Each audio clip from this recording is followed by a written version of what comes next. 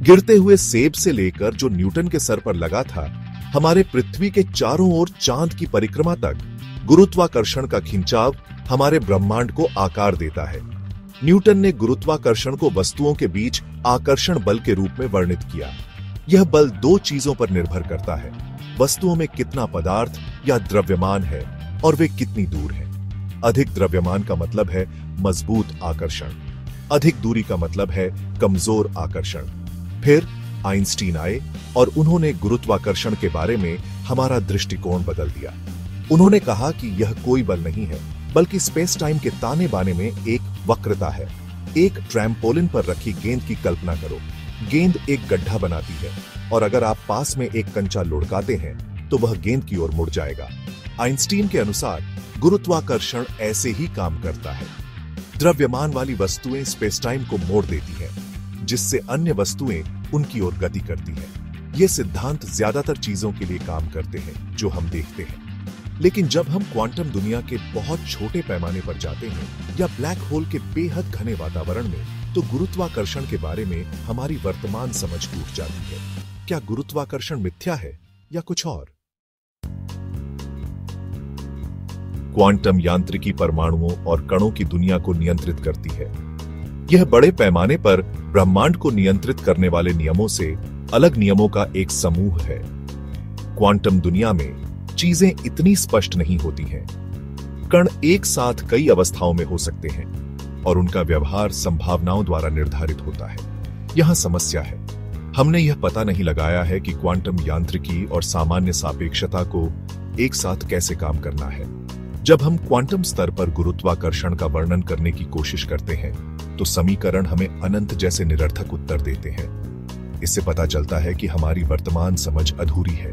हमें एक नए सिद्धांत की आवश्यकता है जो बहुत छोटे क्षेत्र में गुरुत्वाकर्षण की व्याख्या कर सके। क्वांटम गुरुत्वाकर्षण सिद्धांतों की दिमाग को झकझोर देने वाली दुनिया में प्रवेश करे। एक प्रमुख दावेदार है loop quantum gravity.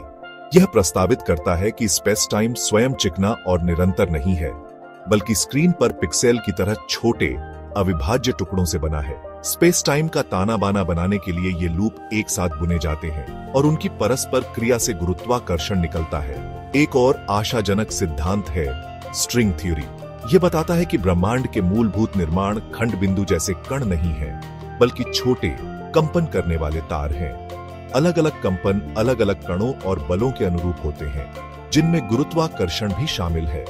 String theory अतिरिक्त स्थानिक आयामों की भी भविष्यवाणी करती है, जो मुड़े हुए हैं और हमारी धारणा से छिपे हुए हैं। ये सिद्धांत अभी भी विकास के अधीन है और हमारे पास उनकी पुष्टि या खंडन करने के लिए कोई प्रायोगिक प्रमाण नहीं है, लेकिन वे एक गहरी वास्तविकता की झलक पेश करते हैं, जहां गुरुत्वाकर्षण वैसा नहीं हो सकता जैसा लगता है।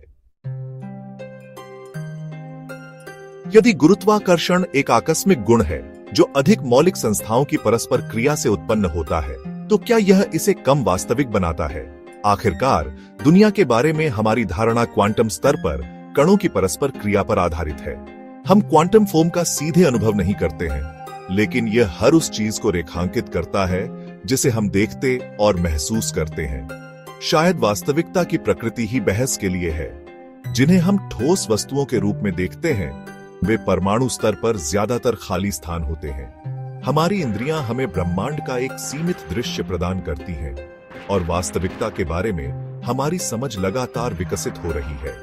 गुरुत्वाकर्षण चाहे बल हो, स्पेस टाइम में वक्रता हो या कुछ और हो, इसके प्रभाव निर्विवाद हैं। यह ग्रहों, तारों और आकाश गंगाओं को एक साथ बांधता है, ब्रह्मांड की बड़े पैमाने पर संरचना को आकार देता है।